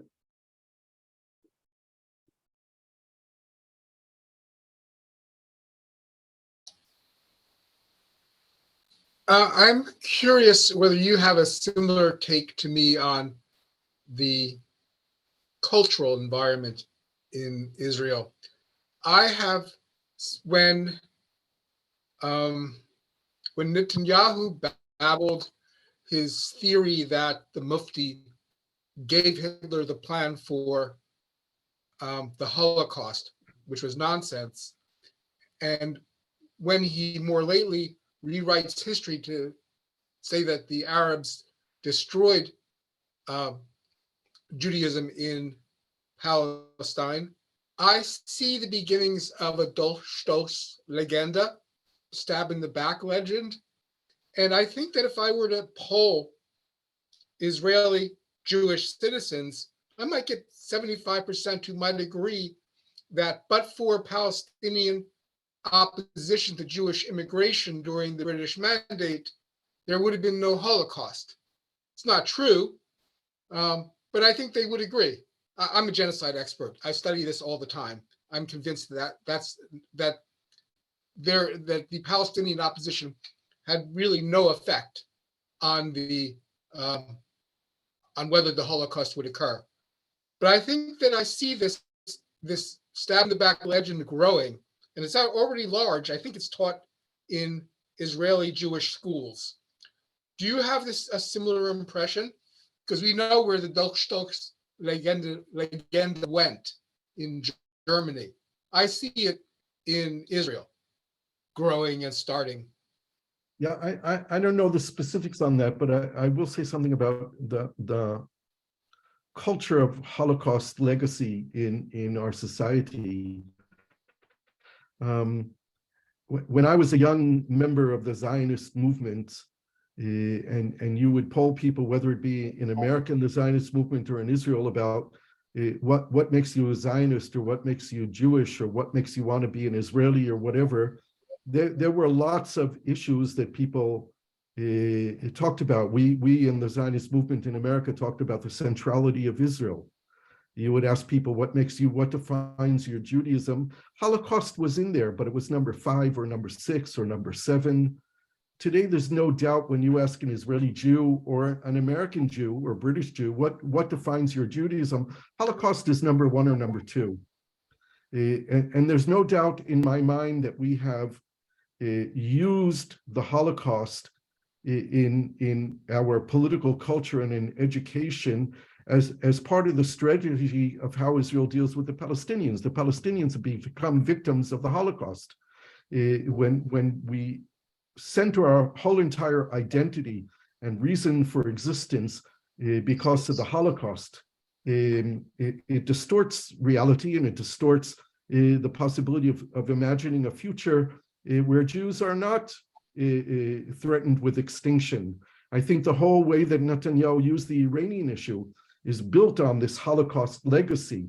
The Holocaust is the most important thing that we have to remember every single day. Someone did a piece of research a number of years ago. Not a day goes by in Israel where in our mainstream media, you won't find something about the Holocaust. Every single day of the year, 365 days of the year, every single year. It just is there all the time. It's omnipresent in our Israeli Zionist Jewish reality. And I think it's politically exploited.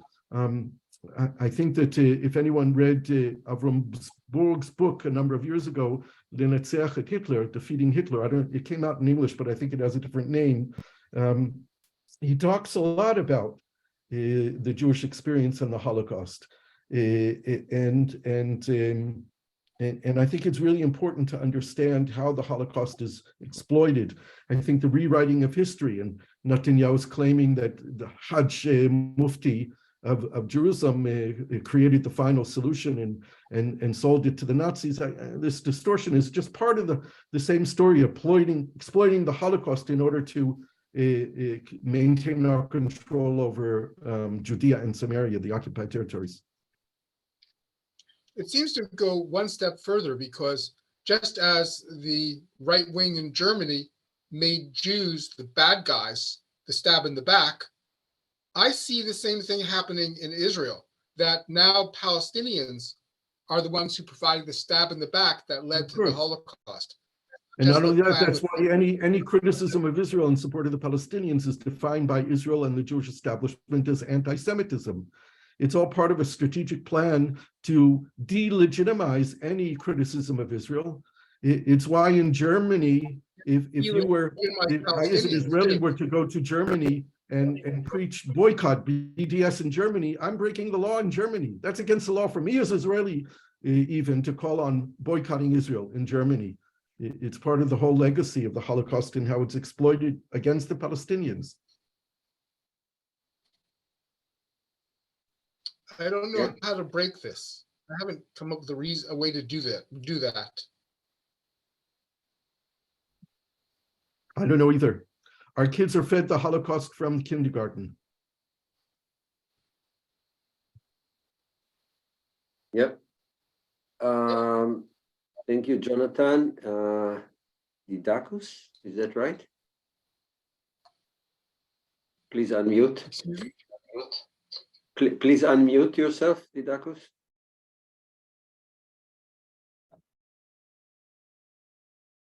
There, Didicus. The emphasis is on the first syllable. No problem.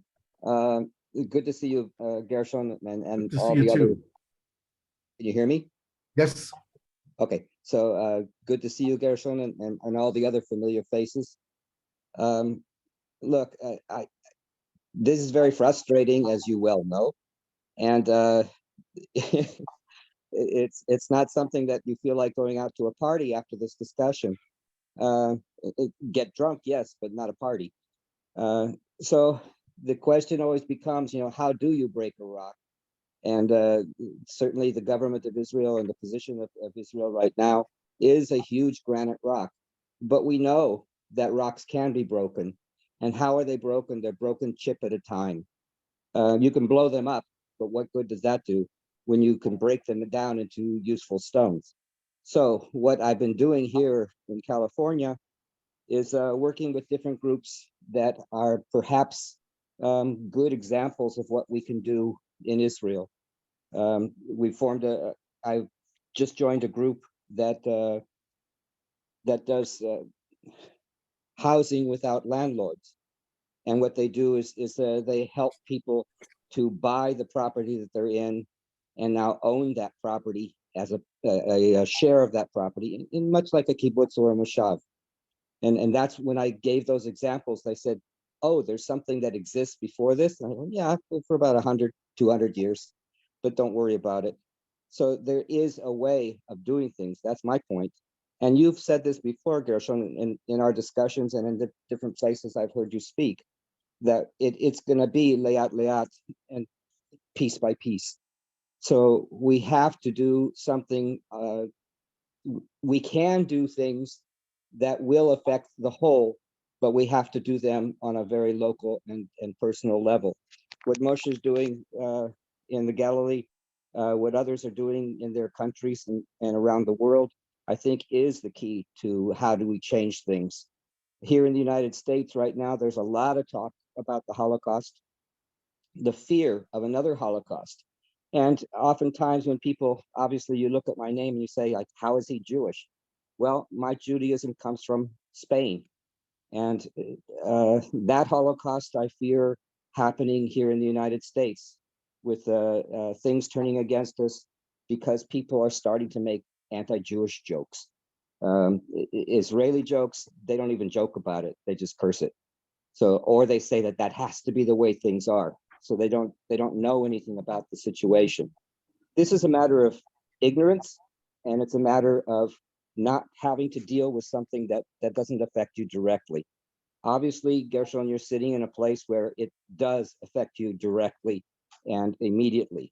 But in East Jerusalem, making something like, instead of just renters and getting people to rent, actually have them own the property that they're in, gives them a certain amount of power that then they can expand on, and you can get grain by grain until you do have the mortar that holds our society together. And that's what I want to add to this conversation, is that, yeah, I probably will get drunk after this, but I'd like to do it at least smiling that there's a way out of this whole debacle.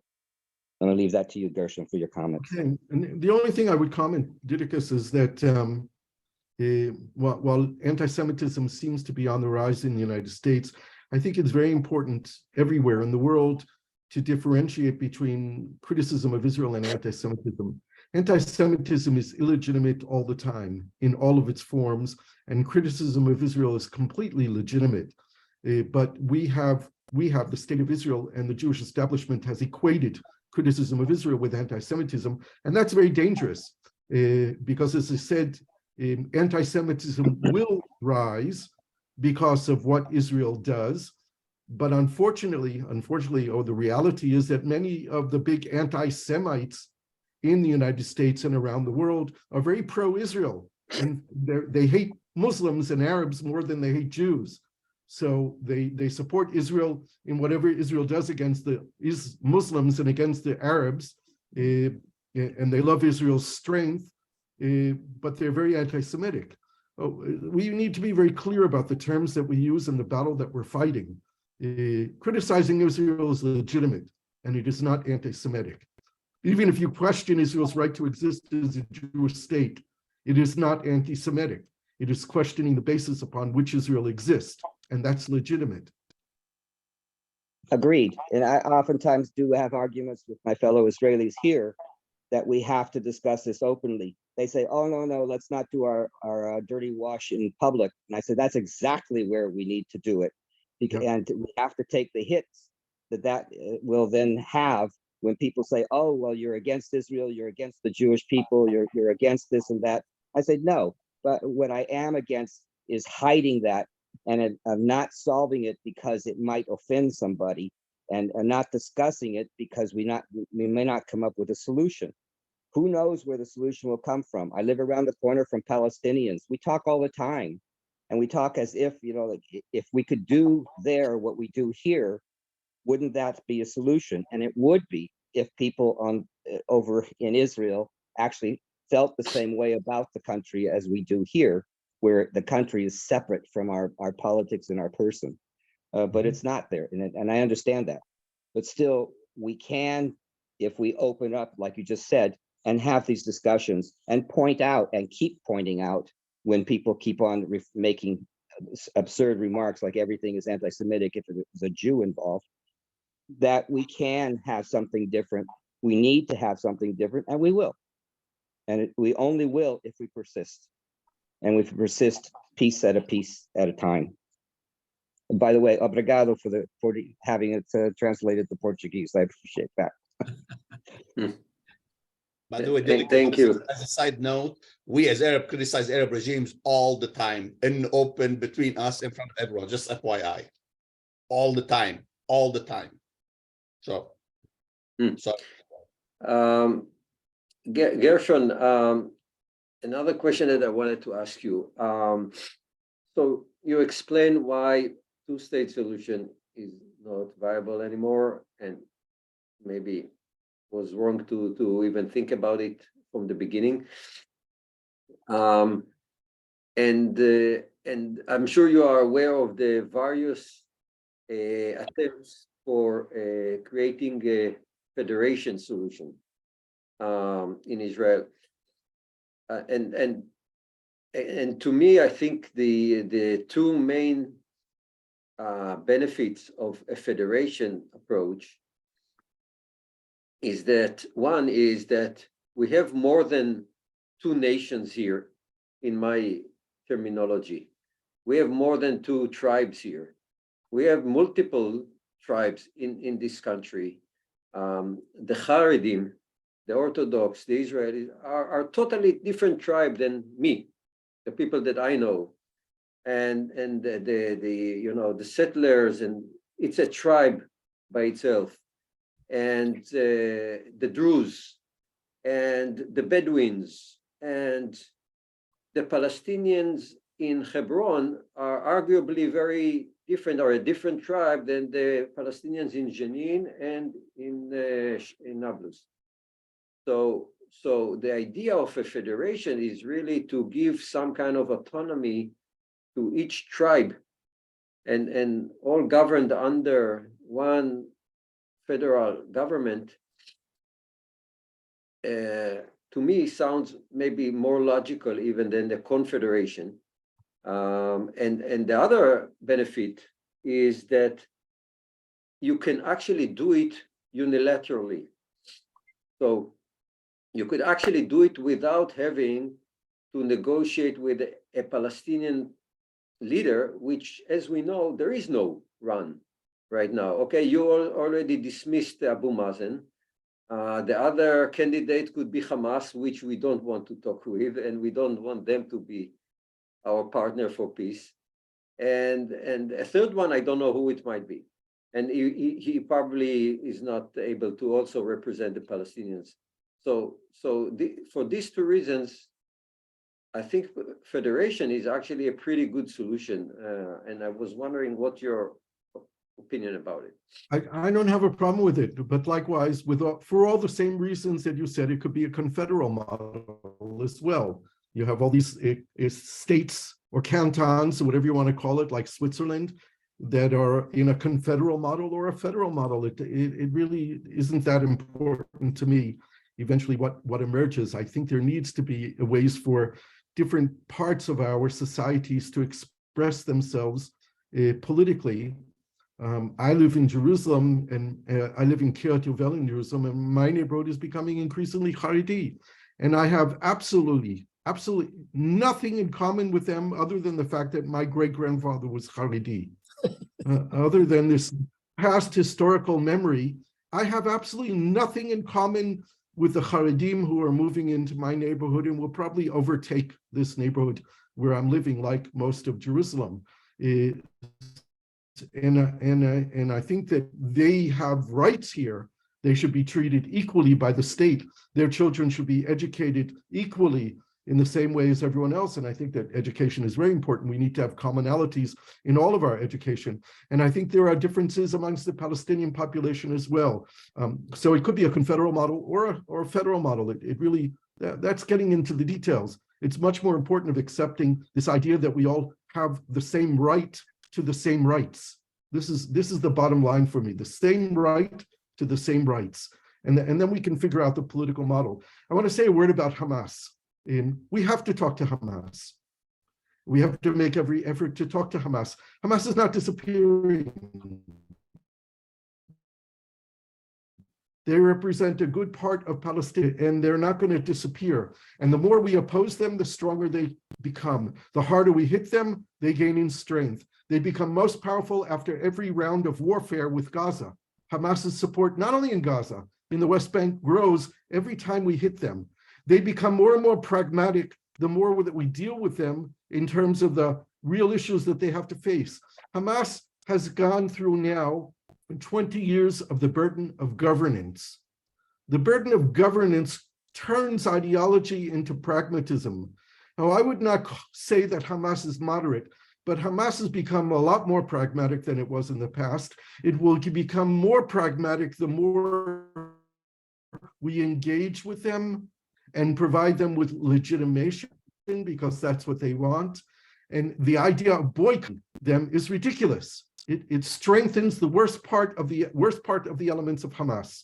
And the more we engage with them and recognize that they have problems of governance, look now, 20,000 people from Gaza working in Israel today brings in about $30 million a month into Gaza, which is much more than the suitcases of money they were getting from Qatar, and has much more influence because we're talking about tens of thousands, maybe well over 100,000 people whose lives are directly impacted by the fact that someone from their family is working in Israel every day. It changes reality. And that number of 20,000 should be 40,000 and 50,000 and 100,000. Not that the Gaza economy should depend upon exporting labor to Israel, but we need to reopen up Gaza in our minds and physically, and remove Gaza from being under siege, which it's been under for 20 years, and people living in a horrible reality. That changes reality. So I think that we shouldn't push Hamas off the table and say we don't talk to them or shouldn't talk to them. We have to talk to them. Thank you. Moshe, I do see you, but you did get a chance to talk, and Baruch is here raising hand, and he didn't have a chance, and we are only 2 minutes before the end of the session. No problem. So Baruch, if you have a quick question for Gershon. Yes, okay. Can you hear me? Yes. Yes. First of all, thank you, Gershon, for your talk and the issues that came up, such a rich talk. I want to continue the question about the Holocaust. What can we do about it? I was also very upset about this thing with Germany. It's kind of, it also proved about the power that the country has and how we have to have a deep observation and way of what can we do in the, so about the Holocaust, I I remember one day when I was in the Knesset, all of the members of parliaments traveled in the morning to a camp, and they returned back the same evening, as if it's a study day, hard work. I mean, unbelievable, except one that refused to go, I noticed, because that person thought it's not serious. And so I also tell to the others who may not know that some of the kids, especially the religious one, the Orthodox, they travel, it's paid and subsidized. And what they do, unfortunately, they just go from grave to grave of children, emotionally kind of manipulated, and they curse the others. They curse. So how can we do something that the Holocaust will be understood as the wound of the whole cosmos, of the world? I mean, we have among us living people, not Jewish, that they also suffered a different type of Holocaust, actually. The Armenians, that they have a quarter in Jerusalem. So where we went wrong and what can we do to change this system, especially nowadays that it's becoming so important also in politics. Thank you. Thank you for your talk altogether. It's a very good point. Always joy to listen to you. Thank you. You make a very good point. I don't know what the answer is and what the solution is, because the more our government in Israel makes us feel that our back's against the wall or against the sea. Iran is the new Nazi Germany and extinction by nuclear weapon. The Holocaust is exploited more and more. So I don't know what to do about that. I think that's part of the reality. I think that we have to be aware of how we're being manipulated, how our people are being manipulated. And it's all part of this bigger story. I think that it's very important that Israel recognizes the Armenian Holocaust. I think it's important that we learn, that we teach about what happened in Rwanda. I think it's important that we see what Russia is doing in Ukraine, and this is part of our education in our discourse, and anywhere in the world where injustice is taking place, in Myanmar, in other parts of the world where genocide is taking place. We as Jews need to be on the front lines, calling attention to it. That's the historic responsibility that we have from the Holocaust. And of course, justice for Palestine. Because the Palestinians have become victims of the Holocaust too. Thank you, Gershon. And I want to again take this opportunity to thank everybody who came.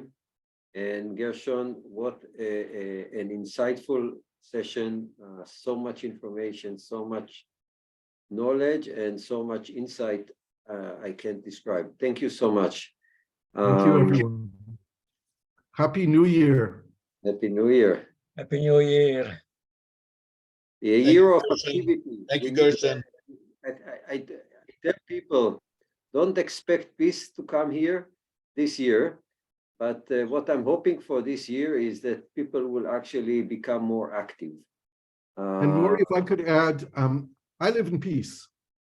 I travel into Palestine. I talk to people in Gaza almost every day.